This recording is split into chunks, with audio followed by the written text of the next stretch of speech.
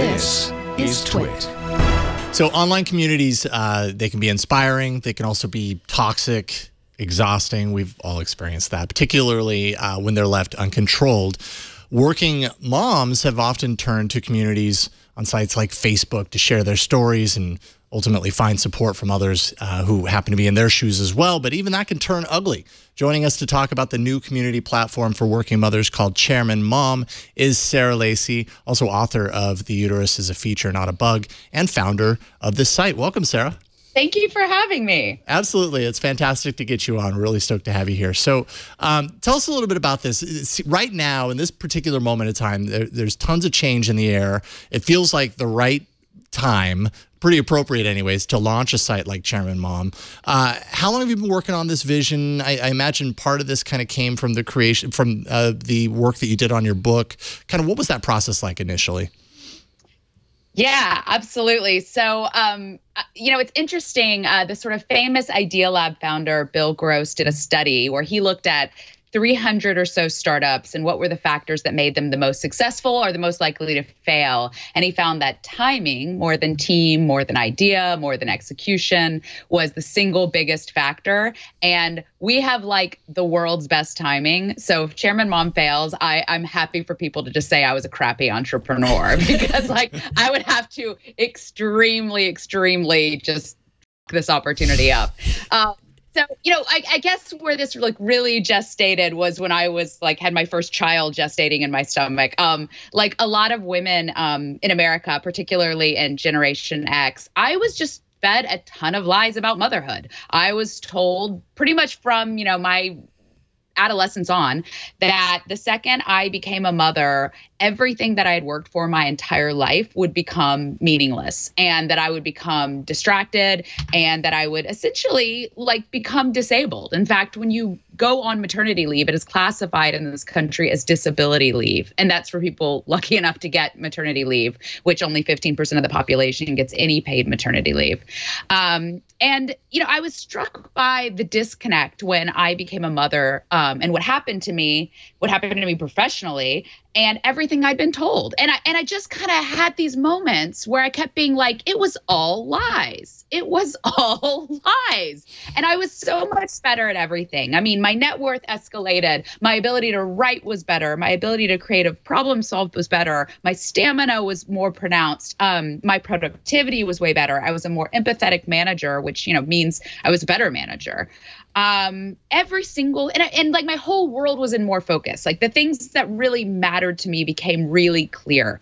And, you know, a lot of women get talked out of their voice. A lot of women get talked out of their ambition and, you know, what they believe and their place in the world. And for me, becoming a mother was like, once you have this child who you love more than anything and you're their female role model, like you take that so seriously and you don't compromise in ways that you totally would have compromised if it were just you. And it's also like, you know, I got a lot of notoriety for this like 4-year battle that I basically did with Uber when I was running Pando. And it's like people give me props for like all of this courage in that fight. But like when you have your child who you love more than anything look at you and tell you they hate you when you're trying to punish them or teach them a lesson and you stand firm, like some stupid bro is like not going to intimidate you or shake you off your game. Like I just felt like I had superpowers. And so that was what prompted me to write the book, because I felt like that was a message that I certainly didn't hear as a young woman. And women I were talking to weren't hearing that message, even though I found all this data to support up that like I was not an outlier in that. And, you know, I was really, you know, during this process of building Pando and becoming a mother and experiencing all this, I also got divorced and became a single mother. And I really resented this idea that had been put forth, you know, in the previous decade, that the answer was finding some enlightened spouse who would let you have a career. And it was just like, that's just another way of opting into the patriarchy. And, you know, and so all of that drove the book. And over the course of writing and reporting the book and connecting with so many women, I was like, this is such a bigger thing. And I had all these side projects around this topic that were just engulfing and taking over my life because they were so needed. And so, you know, a year ago, I finally got the confidence to, you know, raise money and start this as a real company. And I ultimately, I felt like it was an amazing opportunity, and it was one of the last wide open opportunities on the consumer web. I mean, there are very few addressable audience that equal half the population of the world that no one has built $1 billion web company for. And there's one reason, and it's bias. All consumer web companies are built out of founders' experiences. Less than 3% of venture-backed companies have female CEOs. I don't know the figure on how many of those are working moms, but I think with the age bias that we also have in this industry, I would imagine it's pretty low. So, I had access to money, and I had access to developer talent, and I had already been through the ringer once building Pando, and also having helped build TechCrunch. And I knew this company needed to be built, and if it wasn't me building it, I was going to be pissed. So I decided I was going to jump in and do it, and that was a year ago. And I thought at the time, there's this great quote that I recently heard Katerina from Flickr say on Reid Hoffman's awesome podcast, that great startups get out in front of already amassing crowds and parades. And I felt like we were already doing that with this intergenerational women's movement. And what I couldn't have known is that in the last year of building the company and putting together the team and raising the money, that we would actually, by the time we were ready to launch, wind out in front of 2 parades. We're not only in front of the parade of the women's movement, we're out in front of the parade of the toxicity of ad models. We always conceived of this as a company that would be subscription-based for so many reasons. We spent a long time studying why so many mom communities have become so toxic and why those communities go sideways over the history of the web. So this was something we kind of were experts on well before Cambridge Analytica, well before all of the people who got rich on Facebook were talking about how toxic it was and how they wouldn't let their loved ones use it. So we've kind of found ourselves in front of 2 parades, which is, why I'm happy to take the blame if I screwed this company up, because it could not be better positioned.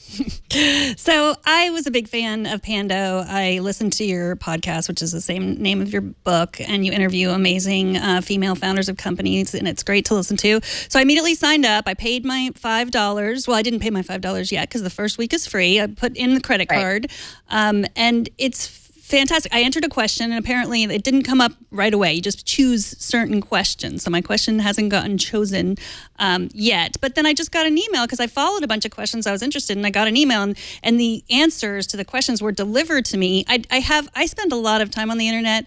I subscribe to a lot of sites, and there's nothing like this, nothing quite like this model, where it's not just a newsletter, but you're delivering me the specific answers to the questions I chose to follow. There were some about baby gear. My kids are 14 and 12. I don't need that anymore. I don't care about that. But the ones that I was interested in came to me. I love the model. Can you tell us a little bit more about it? Well, thank you so much. That's such an that's such an amazing compliment, because I know you do see so many things, and we did try to build something distinct, and that's so hard to do at this point in the internet. Our whole model, just start to finish, was let's rethink what community is, because there's things that we take for granted with web communities that were built for young white men who had endless time and didn't have to worry about getting bullied, and didn't have a lot of the things that we deal with. I mean, I think every woman or person of color or disabled person, or immigrant probably knows that if there had been more diversity in the room when Twitter was being created, we would have a different product today. And so we wanted to rethink the assumptions that we think were kind of faulty assumptions that were born out of not having diversity. So one of those core things we thought about was working moms are really pressed for time, and we want to add value to them. And this beauty of being a subscriber model is, we don't have to addict you. We don't have to give you dopamine rushes. We don't have to do all these creepy things that other social networks have had to do in order to create the views, the addiction, the constant coming back to the site in order to package you up and sell you. All we have to do is create $5 a month of value for you. And when you think of it in terms of value versus every other metric that we've been trained and conditioned to optimize for, you think of it totally differently. You get to a point where you're like, we're going to pick 2 questions a day and that's it. And we'll send them out to you in our newsletter. And if you don't have anything to add to those 2 questions, you have better things to do with your day as a working mom. We don't need to manipulate you into coming to our site. And we want the moms who have those questions. I mean, as you probably saw, the questions that we select are really focused on the hardest problems that working moms face and working women face. I mean, they're not all explicitly about parenting. And we want those people to get attention. We want our community of like superhero badasses to like focus on those handful of questions for that day. And, so we want to make everything as efficient as possible. And that means that, you shouldn't be having to keep the window open and refreshing when you want to see new answers on just that question. In the future, one of the things that we want to do is have it so that you can answer by text or email. I mean, you don't even have to log in or open up our page. If you're standing in line at a Starbucks and you see a question about egg freezing and you're like, holy I have the answer to this and I have to tell this person this right now because it's going to save them so much heartache and misery and I have 2 seconds. Like you should be able to just type that into a text or an email and send it, and then that gets posted on your behalf. Like we just look at this as how can we give you this sense of connection and fight this isolation and make you feel like you've got this and you're doing something badass for your family and you're helping other women. And how do we give that to you in like 5 minutes a day in the most efficient way possible? Down to the tiniest feature sets, it's a really dramatic way to rethink how you build community. I'm sure in testing the site and kind of preparing for the launch that happened officially yesterday, it kind of went public yesterday, there were moments in testing where women were interacting with the site and you learned a little something about it that maybe you didn't expect. Are there any, some of those lessons that you learned about how women are using the site or some of the things that maybe they're communicating about that you didn't quite expect? Yeah, so there are 2 things that were really interesting. The first is we try to pick 1 question about work and 1 question about life every day, and we get way more life questions. I would have expected we would get way more work questions because I feel like whenever I go to things or I speak at things, people ask me about how to raise money or how to network or how to find a mentor or even about reporting sexual harassment. But we have gotten way more life questions. I mean, things about people's marriages, things about infidelity, things, a lot of threads about how to raise sons. I feel like there's so much talk about how to raise daughters, these good feminist daughters, and we don't talk about how to raise feminist men. A lot of questions about teenagers. A lot of the mom sites are really focused on babies. And that was stunning to me. But when I sat back and thought about it, it made sense. I mean, high-powered working women have probably found a way to advocate for themselves in some way or focus and survive in a work setting. But I think that, the thing they probably ignore the most is their life, their relationships, their desire to have love, their desire to have fulfillment. So, that was sort of shocking, but fascinating. And in the future, we may have to revisit having 1 work and 1 life question because, the life questions really get so much engagement, and that seems to be where a lot of the need is. I think the other thing that was really interesting was just the reality of what happens when you do anonymity the way that we do. I have not historically been a big fan of anonymity online. I mean, Pando was very instrumental in bringing down Secret. We thought it was an incredibly toxic environment. But the beauty of Chairman Mom is because it's a subscription model, first of all, you just don't have a lot of trolls because you can abuse women at scale, not paying $5 a month, a lot of places. It's just not where you're going to go to troll people. But beyond that, you will enter your real name and credit card when you sign up. And so we know you have some sense of identity connected to the site. But then on a sort of message by message, answer by answer, question by question basis, you can choose to go completely anonymous. And by completely anonymous, I mean, we mean really anonymous. Like we do not know who you are. Literally, I've asked or answered questions and my CTO doesn't know it's me and vice versa.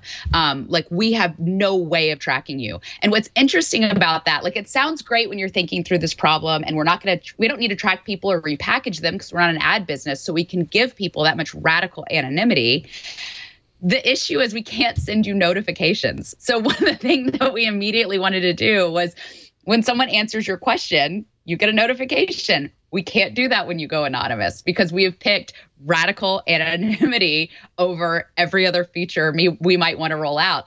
And I think some things like that are kind of hard for our audience to wrap their head around, because no one believes that you can go as anonymous on the web as we allow you to go. So I think in the future, we may actually have to come up with like some middle ground where it's like, you don't want your name displayed, but you don't quite need the security of, if we're ever hacked, no one would ever know it was you. Like maybe you would rather have some of those features like notifications, or later on down the line, we have a lot of features we're going to roll out that will be like deeper interactions between people, small groups being formed around, really interesting topics that are impacting a dozen or so women. And, we can't bring you into that if you were radically anonymous. So maybe there may actually need to be a third group beyond just anonymity and not maybe what we classically think of as internet anonymity. It's been fascinating to really test some of the assumptions of what people think even words like anonymous mean online and how that ripples through the product design. Sure. So I assume that you allow men to be a part of the community as well, which is fine. Why you just roll your eyes at me? I'm so uncomfortable right now. But do you encourage men to be part of the community just to sort of see and like have some more empathy for what working women and working mothers go through? I have not yet made up my mind if it's something I encourage or not. We had this is probably one of the biggest debates that we had in the company, was whether or not to allow men to be part of it. And frankly, I think the only one who was really on board with that. And the biggest reason I was twofold. First of all, I just think gender identity is increasingly a relic of the past. Mm-hmm. And I'm just, as a human being that's, trying to build a site that's inclusive and welcoming as possible and undoing a lot of the damage of, the last 15 years of the consumer internet, I just don't want to put out anything that artificially makes someone feel devalued. And one of my children is very gender fluid. And I think, every parent knows when you've seen your child wrestle with something, like you become a warrior for that cause. And, a lot of places deal with this by saying, if you identify with a woman as a woman, that's good enough for us. But there's a lot of people who don't identify either way. And I just thought that rigidity I wasn't comfortable with.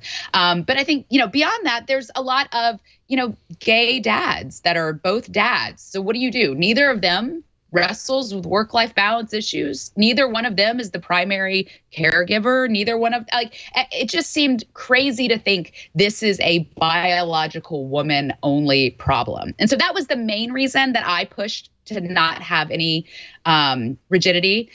I definitely love female-only spaces. So, I don't. That may wind up being a huge mistake. I'm still not totally sure.